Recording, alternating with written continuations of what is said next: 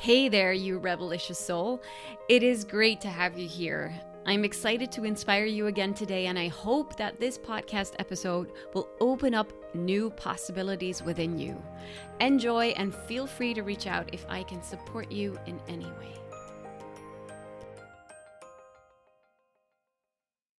Have you noticed how our society values independence and how we are always taught to empower ourselves individually, how we need to stand on our own 2 feet?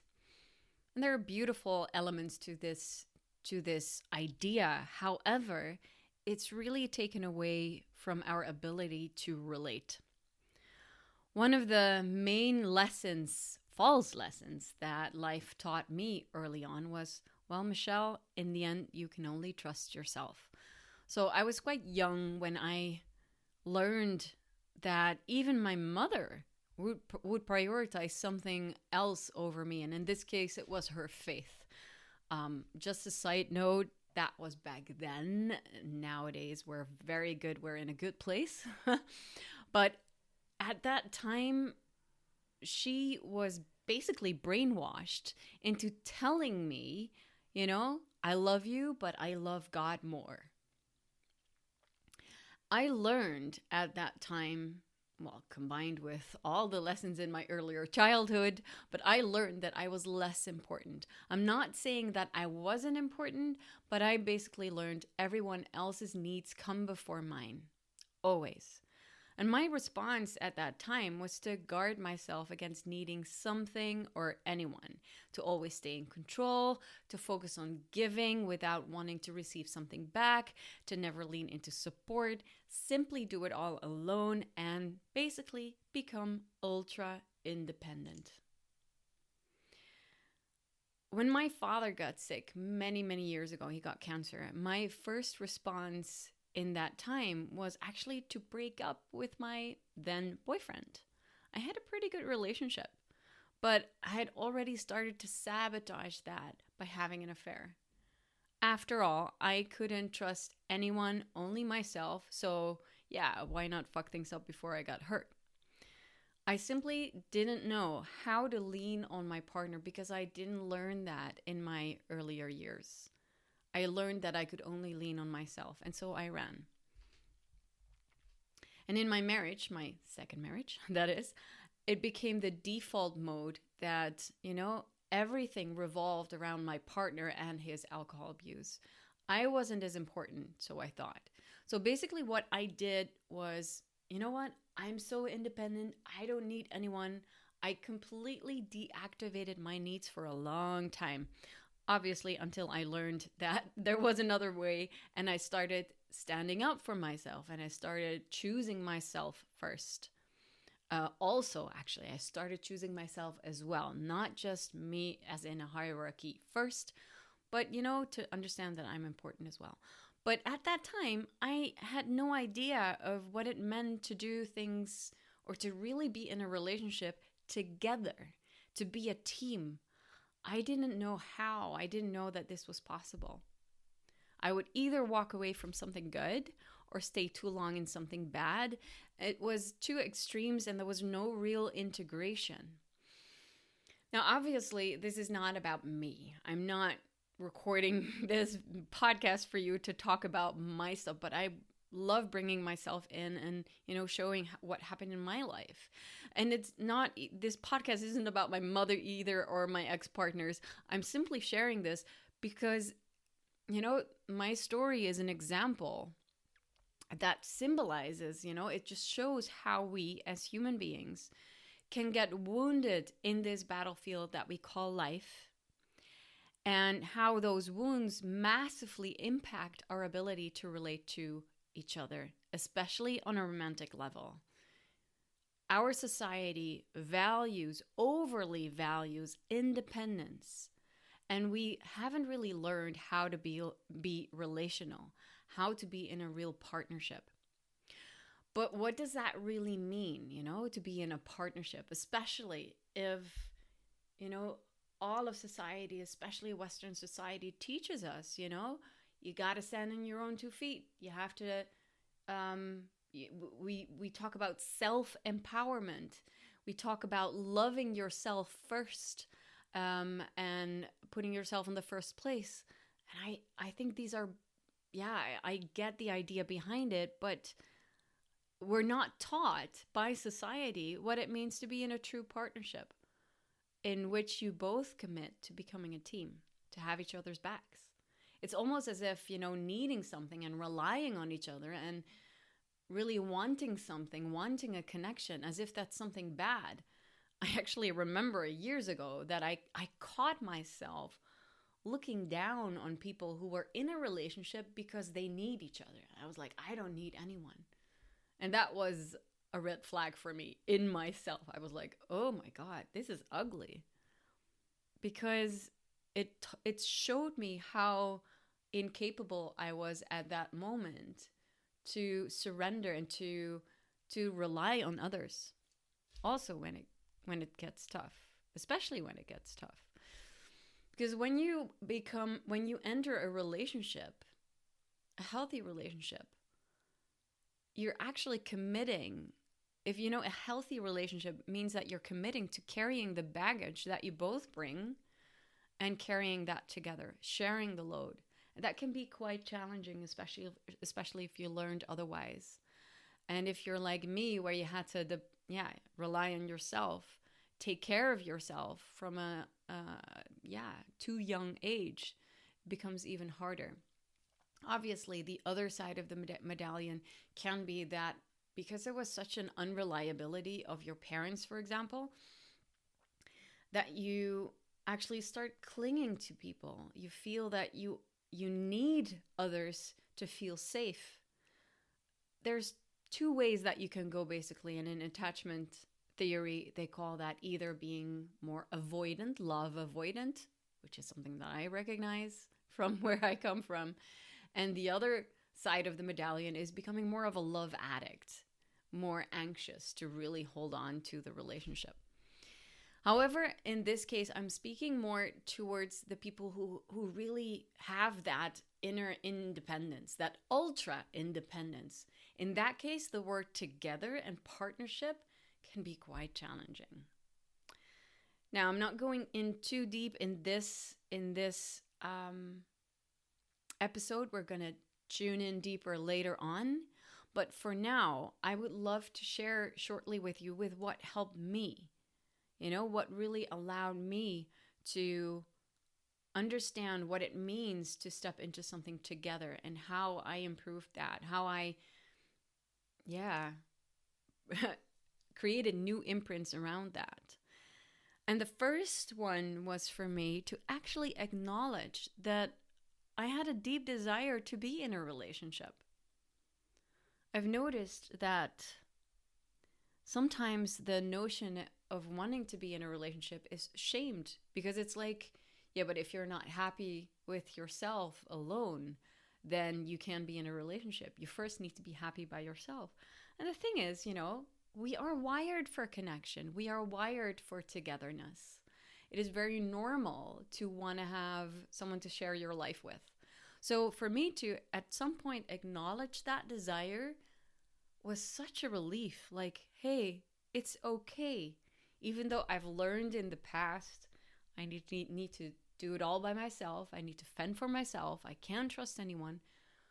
I just so longed for that. I really desired to have someone who would have my back for a chance. I was always the one being there for others. What if I would have someone who could also be there for me? Yeah.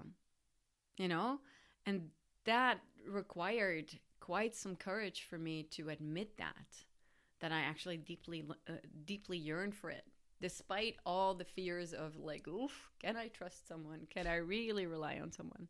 So that was a big step for me. And I wonder if this is something that you recognize, that maybe, for example, if you're single, I'm not a big fan of all those labels, relationship status wise, but let's say that currently you feel that you're single, there's no relationship, but you do desire it. And maybe a part of you still judges that, like, hey, but I need to be okay by myself and I need to focus on me, etc. But what if it's okay? What if it's okay to want to be with someone, to want that togetherness, and take away um, the shaming around needing someone else? Just to be gentle with yourself that you are a human being. Ultra independence is not what we are wired for. We used to live in big groups, actually, in tribes where we would all take care of each other. This individualistic society is not how we were made. It is not what we are wired for. Acknowledging that, and then acknowledging your humanness would be step one. Like, healthy relationships are based on realness. So it's not based on you trying to live up to some self-inflicted expectation or something. I had to really realize, like, hey, I am human and I am flawed. I am imperfect. And this goes for you as well. It is beautiful, actually. You are imperfect, flawed, and deserving of support. And there's nothing wrong with you if you need support. There's nothing wrong with you if you actually need other people. If there are things that you would like from others, it doesn't mean that you're less lovable. It doesn't mean that you're weak. For me, that was a big thing. I really thought, like, oof, I fail, or I will be looked down upon. People will think that I am weak, or I'm, just incapable if I admit that. It doesn't make you any less of a man, woman, or whatever whatever you identify with when you fail and you ask for help from the person that chooses you over and over and over again with your mistakes. And sometimes it might actually help to start doing that with friends. If you're so used to your independence, start with a really close friend and start asking them for help. So instead of always being there for others and making room for others, which is a very safe place, really, just think of it.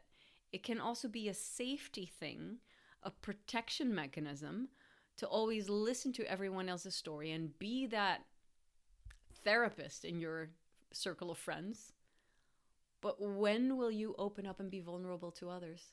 You are allowed to be human and also rely on your friends. And that might be a very beautiful step if there's one person that you trust, that you can practice with.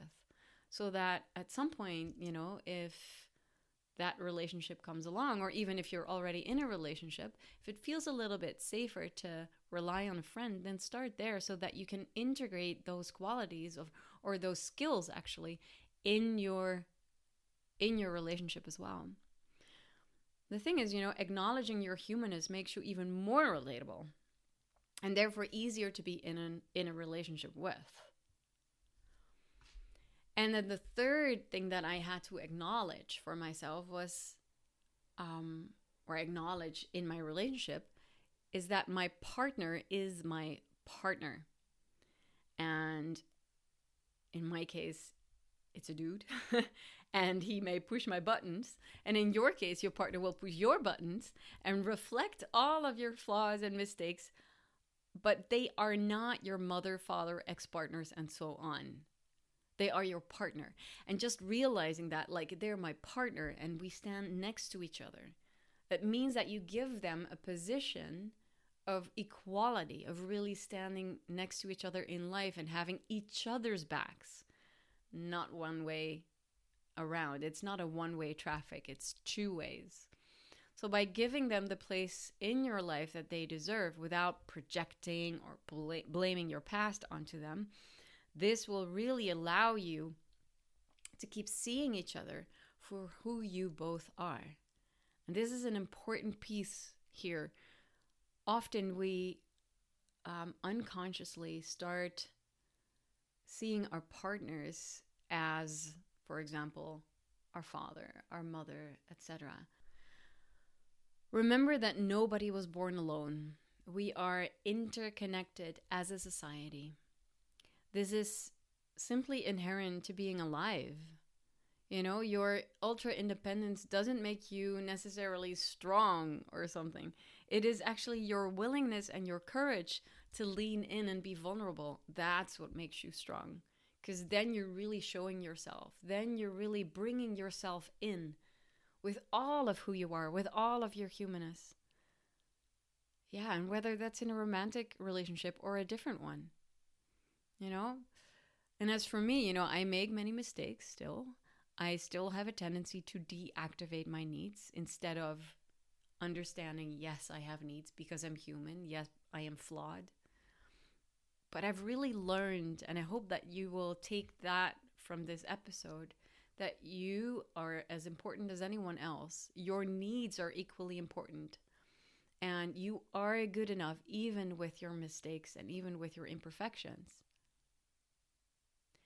And I've learned to do that because I prioritize myself. And that's something that I would love to invite you to do as well.